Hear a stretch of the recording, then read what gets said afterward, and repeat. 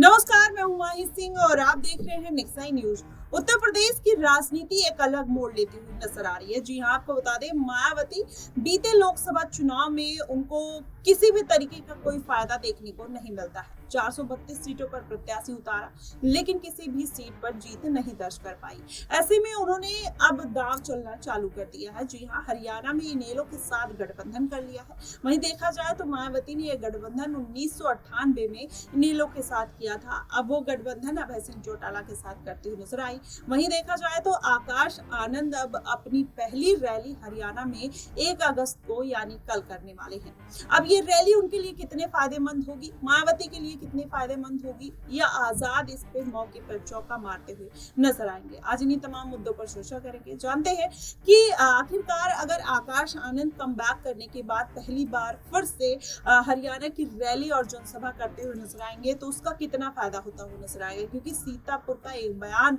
उनके कैरियर पर जिस तरीके से फुल स्टॉप लगता हुआ दिखाई दिया, माना ही जा रहा है कि अब आकाश आनंद वो पुराने अवतार में देखने को नहीं मिलेंगे। आखिरकार उनको सोच समझकर हर एक बात बोलनी पड़ेगी, लेकिन क्या वो जनता के ऊपर छाप छोड़ पाएगी। वहीं चंद्रशेखर आजाद रावण की बात करें तो आजाद रावण की बात करें तो वो तमाम ऐसे मुद्दे उठाते हैं, तमाम ऐसे बातें उठाते हैं जो कहीं ना कहीं जनता के मन को छूती है। चाहे हाथरस का मुद्दा ले लीजिए, नीट का मुद्दा ले लीजिए, पेपर लीक का मुद्दा ले लीजिए, या फिर खैबर में जिस तरीके से घर गिराया गया दिल्ली में, वहां का मुद्दा उठाते हुए नजर आए। अभी वो मजवा और मिर्जापुर में जाते हैं, भारतीय जनता पार्टी की तमाम गलत नीतियों को साधते हुए नजर आते हैं। आरक्षण का मुद्दा उठाते, छुआछूत का मुद्दा।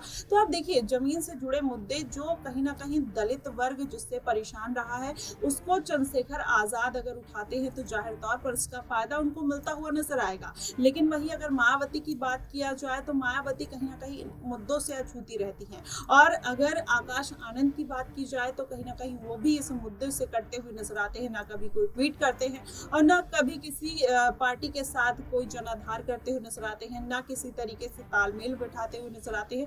तो ऐसे में माना ही जा रहा है कि आकाश आनंद की जो राह है इतनी आसान नहीं होने वाली है। वहीं चंद्रशेखर आजाद जिस तरीके से आगे बढ़ रहे हैं, मायावती को अगर वो गठबंधन के लिए मना लेते हैं या फिर मायावती उनको मना लेती है, जाहिर तौर पर दलित वोट बैंक हो, ओबीसी वोट बैंक हो, या फिर मुस्लिम वोट बैंक है, मायावती के साथ आता हुआ दिखाई देगा। हालांकि दोनों ने अकेले चुनाव लड़ने का फैसला किया है, लेकिन अभी 2027 का विधानसभा चुनाव काफी दूर है। ऐसे में हरियाणा विधानसभा है और बिहार विधानसभा है, दिल्ली विधानसभा है, इसको साधने के लिए मायावती पूरी तैयारी में जुट गई है। वहीं चंद्रशेखर आजाद रावण भी तैयारी में जुट गए हैं। अब दोनों रैलियां करने वाले हैं। हरियाणा की अगर बात करें तो कल आकाश आनंद रैली करेंगे, तो क्या चंद्रशेखर आजाद उनको किसी भी तरीके का समर्थन दे सकते हैं, क्या वो भी रैली में शामिल हो सकते हैं?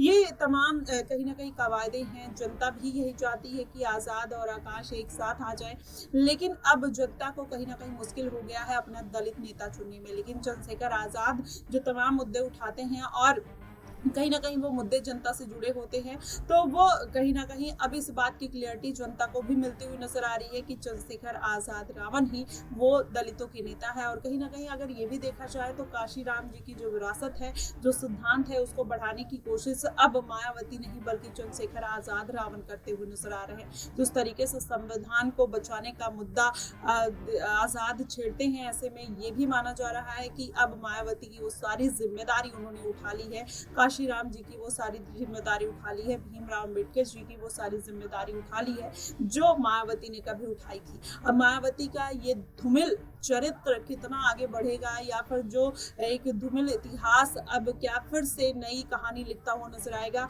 ये कहीं ना कहीं बड़ी बात है। और आकाश आनंद इस बार की रैली में क्या कुछ करते हुए नजर आएंगे, और देखना दिलचस्प होगा कि इस बार की जो रैली है वो आकाश आनंद के लिए कितनी ज्यादा महत्वपूर्ण रहती है और किस तरीके से वो अपनी बातों को रखते हुए नजर आते हैं, ये देखना दिलचस्प होगा। और खासकर देखा जाए तो आकाश आनंद की इस रैली पर सबकी निगाहें टिकी हुई है, चाहे विपक्ष हो चाहे पक्ष हो।